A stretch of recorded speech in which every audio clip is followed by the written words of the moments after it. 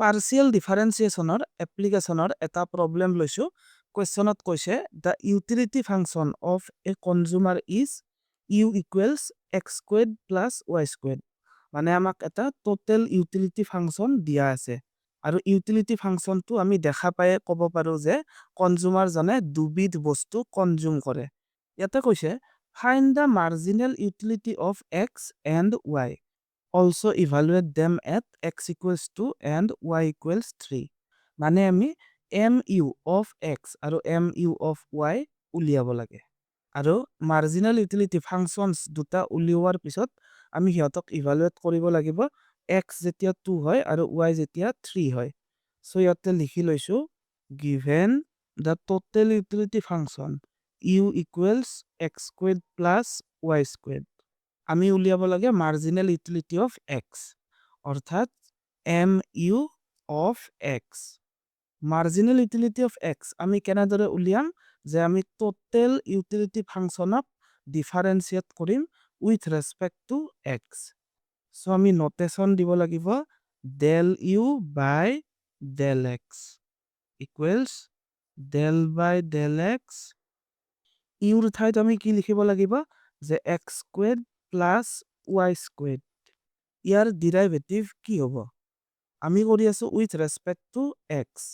so যদি ইয়াতে y দেখা পাইছা কবাত তাক আমি constant বুলি ধৰিম so x squared ৰ derivative কিমান with respect to x 2x আৰু ইয়াতে y আছে আমি কৰি আছো with respect to x so y ক আমি constant বুলি ধৰিম যাৰ derivative 0 so এই ফাংচনটোৰ partial derivative with respect to x কিমান হল যে 2x এতিয়া উলিয়াব লাগিব marginal utility of y আমি total utility functionক differentiate কৰিম with respect to y so del by del y ইউৰ ঠাইত লিখি দিম x squared plus y squared এতিয়া কৰি আছো with respect to y so ইয়াতে যেহেতু x আছে ইয়াক constant বুলি ধৰিম যাৰ derivative 0 now y squared ইয়াৰ derivative কিমান হ'ব with respect to y year derivative হ'ব 2y so আমি marginal utility functions দুয়োটা পাই গলো এতিয়া আমি হিয়তক evaluate কৰিব লাগে x equals 2 আৰু y equals 3 হলে কিমান হ'ব so তলত লিখিব লাগিব therefore at x equals 2 mu of x equals mu of x কিমান পাইছিলো 2x so x ৰ ঠাইত আমি 2 বহাই দিম so 2 into 2 কিমান 4 আৰু at y equals 3 mu of y equals marginal utility of y কিমান পাইছিলো 2y so 2 into y ৰ ঠাইত 3 বহাই দিম কিমান পালো 6 এই দুটাই হৈছে আমাৰ required answers